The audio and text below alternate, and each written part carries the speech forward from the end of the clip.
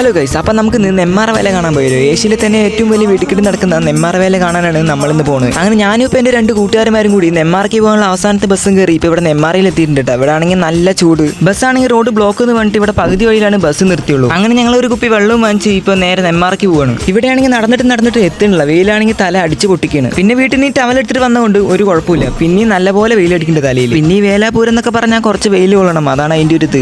നെന്മാറ വേല കാണാൻ ആദ്യമായിട്ടാണ് ഇങ്ങനെ ഒറ്റയ്ക്ക് വരുന്നത്. അങ്ങനെ ഇപ്പോഴത്തെ വഴികളും സ്ഥലങ്ങളൊന്നും ഞങ്ങൾക്ക് ഇവിടെ ഒരു പിടിയില്ല. അങ്ങനെ ഇപ്പോൾ ഒരു ഓട്ടോയിൽ കയറിയിട്ട് പോകാൻ വേണ്ടി ഞങ്ങളിപ്പോൾ ഒരു ഓട്ടോറിക്ഷയിൽ കയറിയിട്ടുണ്ട്. അങ്ങനെ ഇപ്പോൾ ഈ ഓട്ടോയിൽ കയറിയിട്ട് അയാട്ട് പെട്ടെന്ന് ഓട്ടോ പടച്ച് വിട്ടിട്ടുണ്ട് കേട്ടോ. ഓട്ടോയിൽ കയറിയപ്പോഴാണ് മനസ്സിലായത് 1 കിലോമീറ്റർ പോലും ഇല്ല അമ്പലത്തിക്ക്. ഇത്രയും ദൂരം ഞങ്ങൾ നടന്നു വന്നിട്ട് കുറച്ച് ദൂരം പോലും നടക്കാൻ പറ്റിയില്ല പറഞ്ഞപ്പോൾ എന്തോ പോലെ കേട്ടാ. വെറുതെ 50 രൂപ പോയി.